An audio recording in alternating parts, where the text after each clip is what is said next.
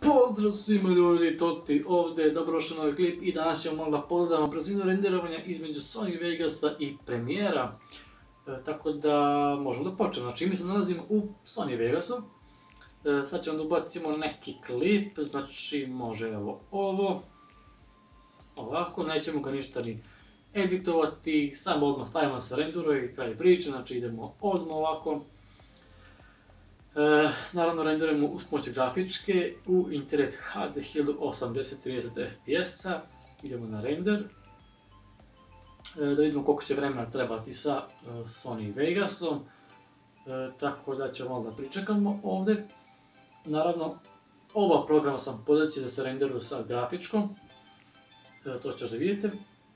Tako da, inače Sony Vegas 15 ima to u sebi već da možete da renderujete sa grafičkom, što veoma ubrzava posao. Tako da evo imamo 8 minuta i 40 sekundi. To je to. Možemo da, evo malo padne nekad, znači možemo da pogledamo sa Premierom. Znači idemo cancel, nećemo sačuvati ništa, idemo ovdje.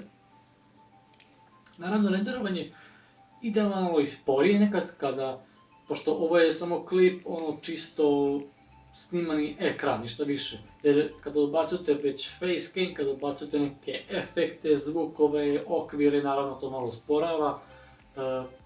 Usporava i u Premieru i u Vegasu. Tako da, više ako renderujete u 60 fps, to naravno usporava još više, tako da idemo ovdje. Znači kao što vidite, ide uz pomoću GPU Acceleration za VQ-da. Što znači da se može renderovati uz pomoć grafičke. Kako se to radi, znači to vam mogu pokazati na klipu. Tako da idemo ovdje, 1080-30 fps-a. Da ubacimo klip sada. Znači ovako. Dobro, koristim trial verziju, pošto ja Premiere ne koristim uopšte, jer sam naučen na Vegas. Ok, idemo na export. Media. Promijenit ćemo na H.264, to su najbolji kvaliteti. Tako da idemo ovdje. Idemo Internet isto HD. Znači, to je to, ja.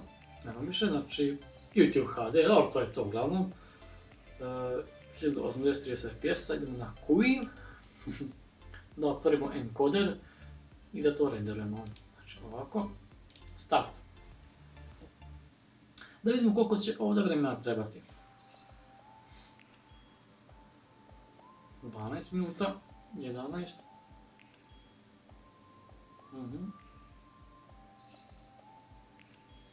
Znači nekih 11 minuta. Naravno, vi možete da renderujete klipove u nekim drugim kvalitetima koji vam može doneti brže renderovanje. Recimo izaberete u Premieru, izaberete samo HD 1080 i imat ćete duplo brže renderovanje. Sad kakav će kvalitet da bude, to ne mogu ništa da garantujem, obično bude loši. Tako isto može i za Vegas, to jest probate onaj kvalitet, nešto Windows Media, nemam pojma, 1080, isto bude duplo brže renderovanje, ali kvalitet bude loš.